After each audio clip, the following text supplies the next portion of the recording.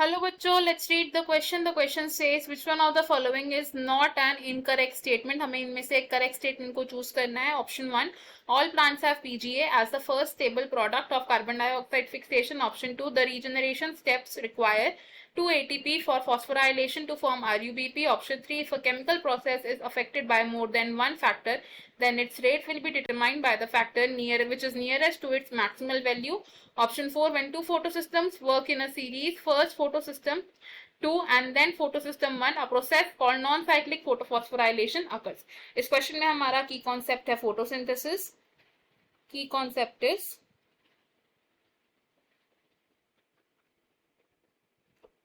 Photosynthesis. Photosynthesis को हम describe कर सकते हैं एक ऐसी प्रोसेस जिसमें ग्रीन प्लांट्स अपना फूड सिंथेसाइज करते हैं using light energy, and it is the conversion of light energy into chemical energy. अगर बात करें फर्स्ट स्टेटमेंट की तो कार्बन डाइऑक्साइड फिक्सेशन होती है in the light independent phase, and जो C3 साइकिल है जिसे हम कैल्विन साइकिल के नाम से भी जानते हैं, C3 साइकिल में जो first stable carbon dioxide fixation product बनता है, फर्स्ट स्टेबल प्रोडक्ट बनता है, it is a 3 carbon compound, और उस 3 कार्बन कंपाउंड का नाम है फॉस्फोग्लिसरिक एसिड.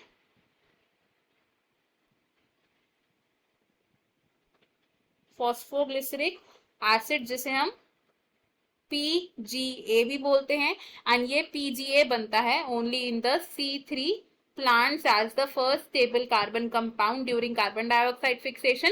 अगर बात करें C4 प्लांट्स की तो C4 प्लांट्स में ऑपरेट होती है C4 pathway which is the hatch and slack pathway. C4 pathway का जो फर्स्ट स्टेबल प्रोडक्ट है वो होता है एक 4 कार्बन कंपाउंड, और वो 4 कार्बन कंपाउंड है oxalo acetic acid. Oxalo acetic acid जिसे हम OAA भी बोलते हैं. तो C3 प्लांट्स और C4 प्लांट्स में जो फर्स्ट स्टेबल प्रोडक्ट है कार्बन डाइऑक्साइड फिक्सेशन का वो अलग अलग होता है. ऑप्शन 2 की अगर हम बात करें तो कैल्विन साइकिल के 3 मेजर स्टेप्स होते हैं which are carboxylation, then comes reduction, and then is regeneration. तो कैल्विन साइकिल कैसे ऑपरेट होती है? सबसे पहले जो राइबुलोज 1,5 बिसफॉस्फेट होता है यानी कि RUBP होता है, ये क्या करता है, carbon dioxide from atmosphere and water के साथ कंबाइन करता है, एंड इसकी क्या होती है, कार्बोक्सिलेशन होती है. एंड कार्बोक्सिलेशन होने के बाद क्या फर्स्ट प्रोडक्ट बनता है, it is PGA which is phosphoglyceric acid. अब ये जो phosphoglyceric acid है it will undergo reduction. During reduction क्या होता है, 2 molecules of ATP and 2 molecules of NADPH, 2 molecules of ATP and 2 molecules of NADPH use up हो जाते हैं, एंड ये क्या फॉर्म करते हैं, 2 ADP plus 2 PI and 2 NADP plus. Reduction के बाद क्या बनता है, ट्राइओस फॉस्फेट बनता है, ट्राइओस फॉस्फेट बनता है. ट्राइओस फॉस्फेट फर्दर फॉर्म कर सकता है ग्लूकोज, एंड स्टोर होता है in the form of starch. Now अब ये जो ट्राइओस फॉस्फेट है ये फर्दर क्या करेगा, it will undergo regeneration, and क्या होगा, RUBP which is the primary carbon dioxide acceptor, ये दोबारा से फॉर्म होगा.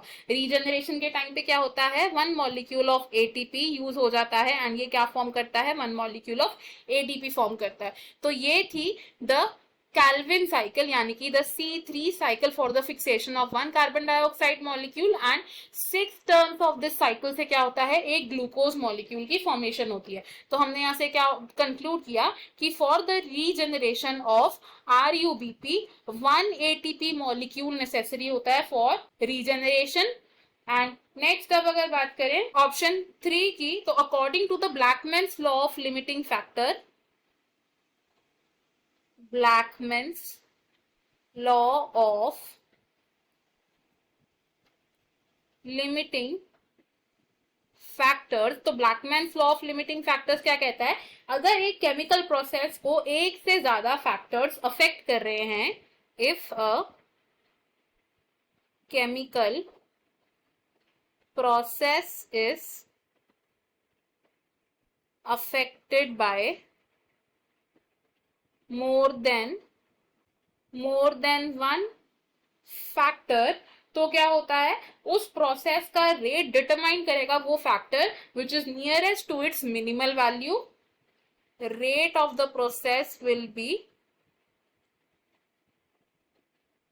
Determined by factor nearest to minimal value, because ये वो फैक्टर है जो उस प्रोसेस को डायरेक्टली इफेक्ट करेगा अगर इसकी क्वांटिटी में थोड़ा सा भी चेंज आया तो। ऑप्शन 4 की अगर हम बात करें तो when both photo systems are functional, both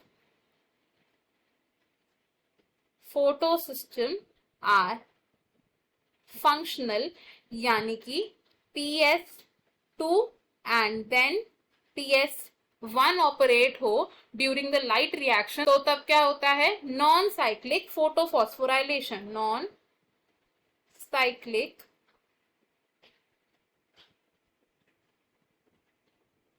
photophosphorylation, जिसे हम जेड स्कीम भी बोलते हैं।